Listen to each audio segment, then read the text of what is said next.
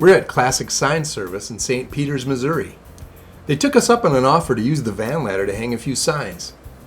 Today they're hanging signs for a popular St. Louis barbecue called Pappy's Smokehouse. Kind of makes your mouth water. After a brief show and tell session, Tony, one of their installers, hopped into the bucket. As you can see by the flag, it was windy, but with the Chariot bucket's forks and securement clamps, Tony didn't have to fight to keep the sign from blowing off the truck, and his hands were free to work. Tony used the tilt override to lean the bucket forward over an awning. And watch this. Later, when the forks were swiveled off to the side, he used the tilt override again, this time to level the sign. What a clever idea. That's why we love to be in the field with these guys. We call sign installers our VPs of R&D. They're always thinking of a better way to do things. When the install was finished, we pulled Tony aside to get his impressions. I was really impressed with the versatility of the van ladder itself. The different attachments for different things that I might be doing throughout the day. That was great. I really enjoyed that, and the fact that I actually operated it for I guess more than 4 or 5 hours, and the batteries were barely drained at all. That was impressive. Also, the clamps were great.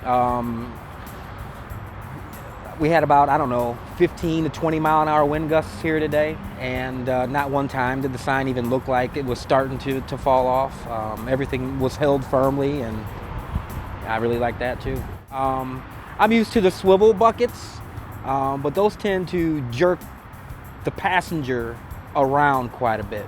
Being able to actually stand in a fixed position and just pivot the sign around rather than that was a definite plus to me too.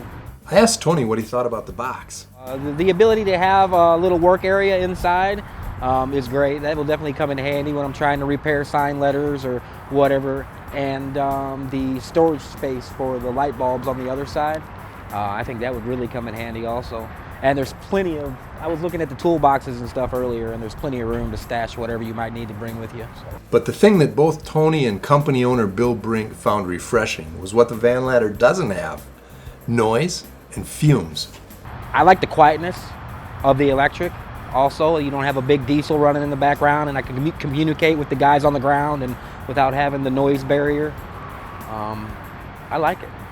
I really like not polluting the noise and the smell of typical trucks that install. Can you see the possibility of saving labor hours as opposed to sending 2 guys up in a 2-man bucket where, you know? Well, now you're talking about a safety issue for me, but yeah, one guy could operate this. But with everything that's going on in 2020, I really like to send 2 people out on everything we do. Yeah. But I think it's much faster than what we're doing. What we're able to do today, and what I think makes sense, is to send 2 people up, but you got a ground guy and you got an air guy. Yep. And they're not screaming at each other because the engine isn't running. Van ladder. It's efficient and it's quiet.